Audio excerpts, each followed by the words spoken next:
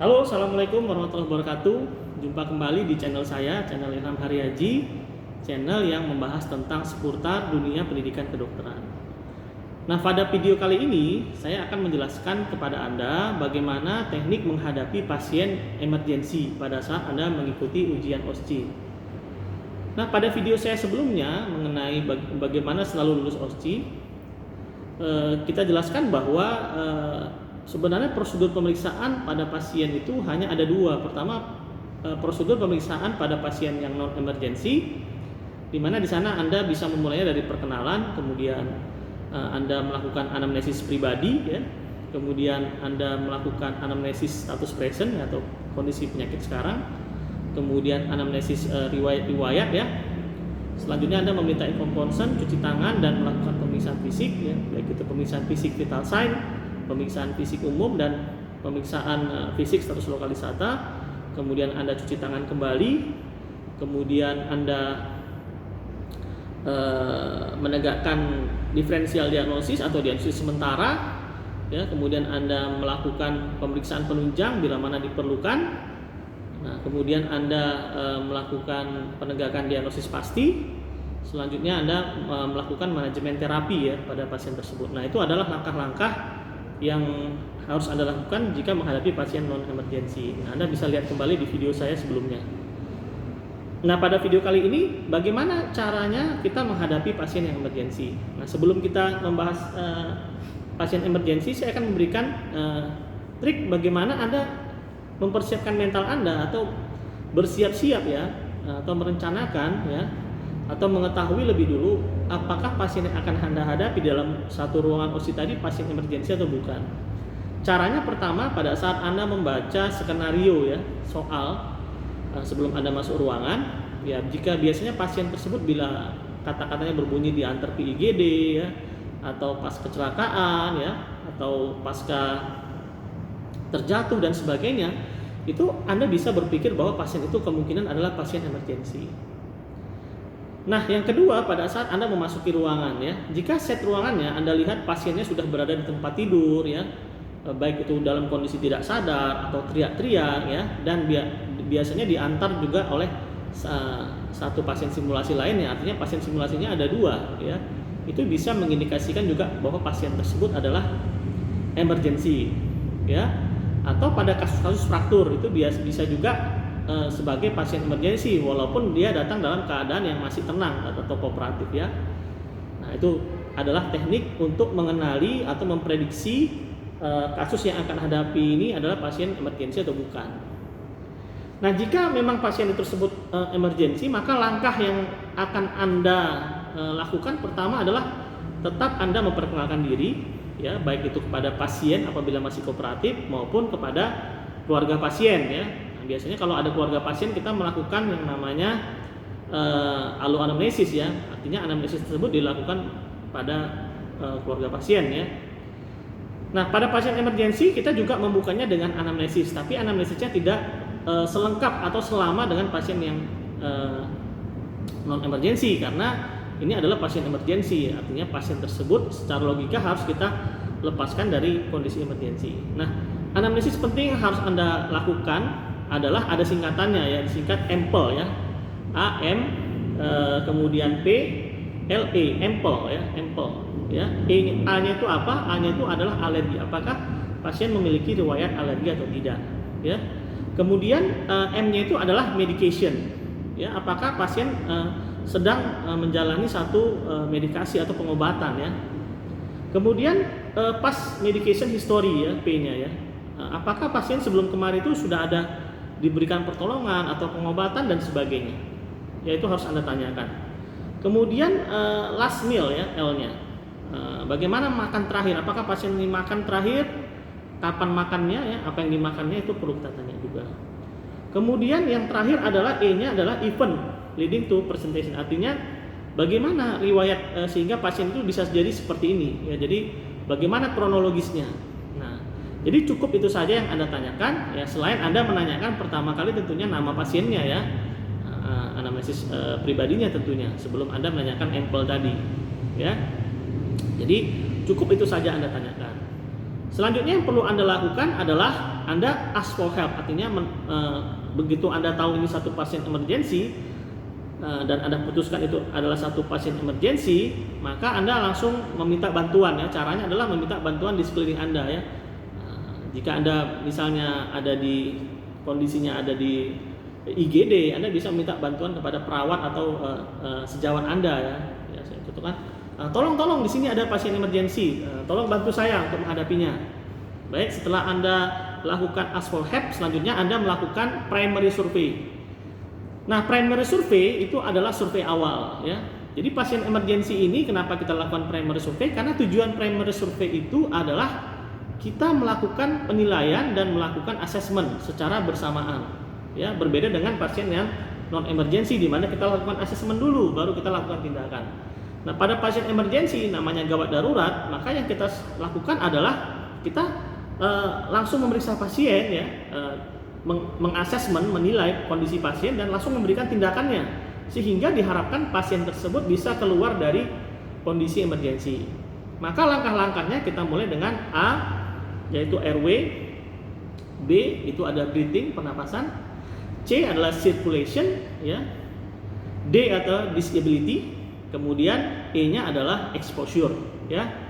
Nah, pertama adalah airway. Pada saat airway ini bagaimana cara kita mengasesmennya? Biasanya kita menggunakan teknik look, listen and feel. Yang kita look adalah bagaimana misalnya lubang hidungnya apakah bergerak atau tidak, ya. Kemudian hidungnya apakah ada tanda-tanda pernapasan atau tidak. Kemudian kita dengar, kalau tidak bisa kita lihat, kita dengarkan, ya, apakah pasien tersebut mengeluarkan udara ya, ada suara udaranya, ya kan? Nah, kemudian feel, apakah ada aliran udara yang terasa di pipi kita ya. Nah, pada saat look juga kita melihat apakah ada dada ini naik turun atau tidak ya. Kemudian apakah ada sumbatan dan sebagainya di mulut ini ya, atau hidungnya ya, misalnya pernapasan cuping hidung. Jadi kita perhatikan dengan metode look, listen, and feel. Nah, itu mengasesmennya. Nah, jika terjadi sumbatan dari jalan nafas, maka tindakan yang kita lakukan yang paling ringan adalah kita membebaskannya dengan cara misalnya mengorek mulutnya ya, atau melakukan suction bila alatnya ada, atau memasang gudel ya, itu yang paling ringan, sampai dengan kita bisa melakukan manuver ya, head tilt, chin lift ya, atau jaw thrust misalnya seperti ini ya, atau chin lift saja ya pada pasien-pasien dengan fraktur dari cervical ya. Intinya kita membebaskan jalan nafas pada pemeriksaan airway ya. Nah, kemudian selanjutnya setelah airway-nya clear ya, jadi kita bisa tanyakan bagaimana airway pada penguji kita ya. Biasanya penguji kita akan memberikan nilai ya, apakah bersih atau tidak ya. Nah, kemudian yang kedua adalah teknik B atau breathing. Nah, pada saat breathing ini tekniknya sama ya, dengan menggunakan look, listen, and feel. Kita look bagaimana dinding dada ini, apakah dia sama naiknya atau tidak ya, atau ada ketinggalan pernafasan ya pada kasus pneumotoraks dan sebagainya. Kemudian kita listen ya, bagaimana apakah dia bernafas, dan feel, kita rasakan bagaimana dia aliran udaranya juga ya, kalau bernapas tentunya ada aliran udaranya, ditambah dengan metode inspeksi ya, kita lihat palpasi ya, kita pegang ya. Ya kan, kalau pasiennya meringis tentunya bisa kita periksa stem frenitusnya ya. Kita periksa seperti ini tekniknya ya. Di pemeriksaan fisik sudah kita perlihatkan, Anda bisa melihat video saya sebelumnya ya.